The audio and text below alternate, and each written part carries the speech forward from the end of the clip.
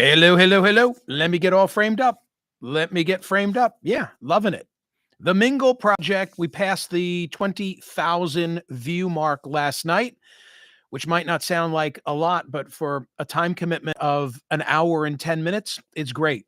It's great. Please keep watching and sharing with a friend. I'm just thrilled with the reaction to it. Honestly, zero negativity. Everybody seems to see value in the Mingle Project, the movie, the Mingle meetups. Thank you if you're involved in those. I'll be talking about those on radio today. Why don't we mingle around the big tourney? Only 16 teams remain. They're back at it on Thursday night. What a time for college hoops. The BetPark Sportsbook and online casino app and the Play Gun Lake app. They've got you covered for the college basketball tournament. So much fun when you've got some skin in the game. I haven't made my decisions. I will before Thursday as to what I'm going to do now that I've lost out on the Lehigh ladies and St. John's.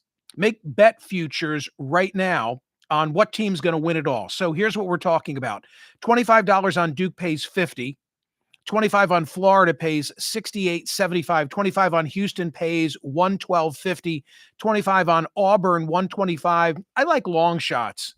Like I'm tempted to go with Tennessee. 25 on Tennessee pays 350. But whether your team wins or not, there are so many other different ways that you can be watching with a rooting interest. I'll say it that way. The only apps that I ever use and recommend to bet sports and play all my favorite casino games in the palm of my hand, it's BetParks and it's Play Gun Lake. Live dealers, by the way, blackjack, craps, roulette, hot online slots, cash eruption, 88 fortune, Cleopatra. They've got it all. And fun slots that are based on movies like Rocky or Ted, and TV shows like Breaking Bad and Peaky Blinders. They've got it all. Go to betparks.com, playgunlake.com, download the app right now and enjoy all the action and excitement from the casino at your fingertips. You've got to be 21.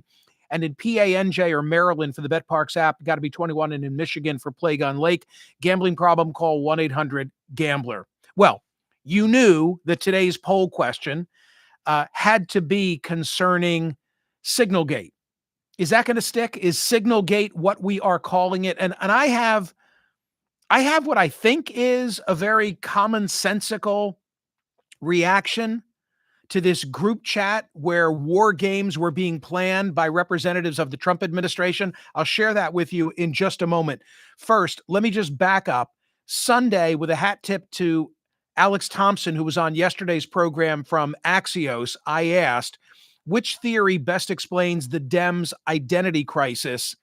A lot of voting, just a tick under 30,000, and the most popular response was too woke. I'm bringing that up for a reason, because that then led to yesterday's poll question, which asked whether AOC is becoming the new face of the Democratic Party. And what I wanted to see is where she's drawing big crowds with Bernie Sanders as they're embarking on this, anti-oligarchy tour or whatever the exact descriptor might be. If a significant number, a plurality of those who vote at my website say the problem with the Dems, it's not so much that it was Harris's fault. It's not so much that it's inflation or that it's Biden's fault or the podcasts, all the other explanations that were offered. No, they are too woke. Okay, if they're too woke and that's the issue, what does that say about whether AOC is emerging as the new face of the party? And that's what I asked yesterday. 33,972, just about 34,000 votes. Is AOC becoming the new face of the Democratic Party? 59.34%. I'm going to say 60-40 said no. No. Now, with regard to the Jeffrey Goldberg explosive story, it's my number one story in the newsletter today from The Atlantic. Headline, the Trump administration accidentally texted me its war plans. I had a lot of alternatives in terms of how I could have approached this from a poll standpoint, but I want to explain to you, and I know the way this is going to end up, which is a bit unfortunate because I wish people would wait until today's radio program and listen to Richard Clark.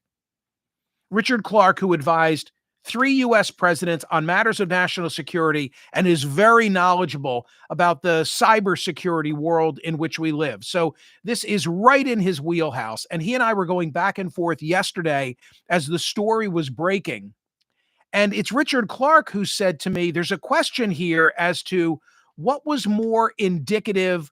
I said poor judgment in the poll question. I think he said stupidity in our back and forth. Is it more foolish for them to have been using Signal, or is it the content of what they were saying to one another? And I find that people aren't focused on the latter, but that's the poll question. Which was more indicative of poor judgment regarding the Houthi group chat, that they used Signal, or the content of the discussion itself? And my expectation is that it will be a lopsided result and people will say, oh, it's the fact that they used Signal. But Richard Clark will be on air with me today dissecting exactly what they were saying. And, wait and hear it from him. But I think you're going to hear him say that they really exposed a lot of naivete in the process. Jeffrey Goldberg's piece, it begins this way. The world found out shortly before 2 p.m. Eastern time on March 15, my birthday, that the United States was bombing Houthi targets across Yemen. I, however, knew 2 hours before the first bombs exploded that the attack might be coming. The reason I knew this is that Pete Hegseth, the Secretary of Defense, had texted me the war plan at 11:44 a.m. The plan included precise information about weapons packages, targets, and timing. This is going to require some explaining. It's the number one piece at Smerconish.com in the newsletter. My immediate thought, even before I heard from Richard Clark on this, my immediate thought was Hillary's emails and Hunter's laptop. How in the world will the people who rightfully were concerned about those issues, unless they're being honest and consistent, okay, because I was worried about those security breaches and said so, and I'm appalled by this as well. You got to be consistent. So many are not consistent, and I wondered, how will those who were fit to be tied over Hillary and the bleach and the server and Hunter, and the New York Post was the only one willing to publish it, that whole mindset, what are they going to say about this? And I got my answer. I got my answer last night, yesterday afternoon, actually, when I was just starting my workout, and I wanted to see the coverage, CNN, MSNBC, all over it, Fox News, tune in. I'm getting ready for the 5, which I time with my workouts because I like their story selection and the personalities, not afraid to say it. But I catch the end of Will Cain, who is doing his program in the time period that I guess had been Neil Cavuto. And I did not hear his entire comment, but I heard enough of it to hear him say that if you read the exchanges, you'll be proud. In other words, the take was, hey, there's nothing to see here. And if there is, it's only that we are getting the very best out of Walls and Hegseth and Marco and the other 18 who were 18 in total, apart from Goldberg. So I guess that was the spin. And then relative to the 5, which I watched the first 40 minutes of as I was doing other things, including working out, they didn't address it at all. They didn't address it at all. You got to be consistent. You've got to be consistent, and not only be appalled by the breach of security, but as Richard Clark believes, suggesting that when the U.S. acts to protect shipping in the Red Sea is somehow related to what's going on in Ukraine may sound sophisticated, but he argues it is profoundly ignorant. It is profoundly ignorant. So focus not only on the lapse of security, but also focus on the content. Wall Street Journal today, editorial, I'm looking for different perspectives, and I still want to give you my own. The Wall Street Journal says the news is that the characters played to their public type. National Security Advisor Mike Waltz was a voice of U.S. leadership. Vice President J.D. Vance was a voice of U.S. retreat. Stephen Miller was clear in wanting to honor what the president said, green light. So they break down what each of these people said and try and dissect it that way. And then, quote, Mr. Vance finally conceded to reality. I just hate bailing Europe out again, he wrote. Hegseth agreed. I fully share your loathing of European freeloading. It's pathetic, all caps. Mike Walls is correct. He then said, the president's policy carried the day. And says the Wall Street Journal, Trump now knows which of his deputies tried to block it and which were willing to carry it out. That's their take. Mark Halpern in his newsletter today raising questions that still need to be answered. How and by whom was Goldberg added to the chain? Was there classified information included or not? And at what level of classification? And how often have Trump national security officials been using unsecured platforms to engage in such conversation? Right. That was the first reaction that I had, which was to look in the Jeffrey Goldberg Atlantic piece and to see the comfort with which they were communicating in these exchanges told me they've done it before.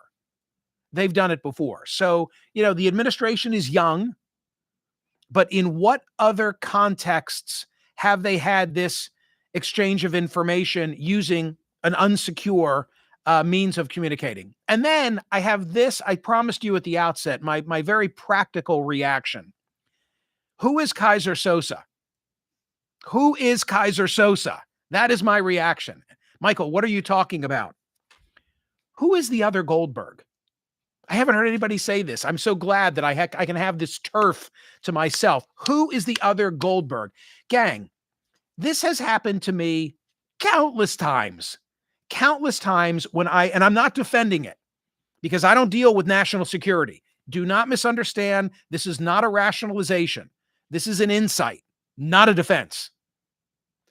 But this has happened to me countless times. I move too quickly. I really am not a text person. I try and stay away from text because I want a historical record of things that matter to me. So I use email, but you begin to type an email message and what happens? It fills in the rest of the name for you. So I'll give you a very concrete example in my life.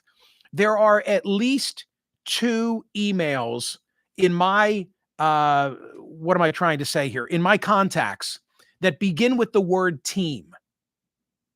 One of them is a place where I like to go to eat. And to make a reservation, the email address begins with team, like team at restaurant X. Another of my contacts that begins with team are my accountants. I admit it. I have sent receipts and tax information, thank God, none too personal, to the restaurant. Yeah. So again, I'm not playing war games, but I think what went on here is that Mike Walls haphazardly invited Jeffrey Goldberg when in fact he was probably looking for another Goldberg. Who is that Goldberg? I want to see that person I identified. And I think something else. So relative to my story about the restaurant and the accountants, I'm in communication with each on a regular basis. The accountants more frequently than the restaurant. I'm kind of curious. There's nothing illegal about it. There's nothing wrong with it. But how often does Mike Walls communicate with Jeffrey Goldberg? They must have a relationship if he was in that means of communication. I'm in communication with the restaurant and the accountant. So consequently, there must be a relationship there is my observation. There must be a relationship. How often do they communicate like this? Who was Kaiser Sosa? Those are among the questions that I want to be able to answer. If you can get access to this, I know there's a paywall with the Atlantic, but if you can get access to it, read it, please, before you answer today's poll question. Which was more indicative of poor judgment regarding the Houthi group chat, that they used Signal or the content of that discussion. Thank you, gang. Appreciate you all. Like and subscribe, like and subscribe, like and subscribe, and set yourself up for notifications and share the Mingle movie. People are loving it. They'll thank you if you turn them on to it. All right. See you soon.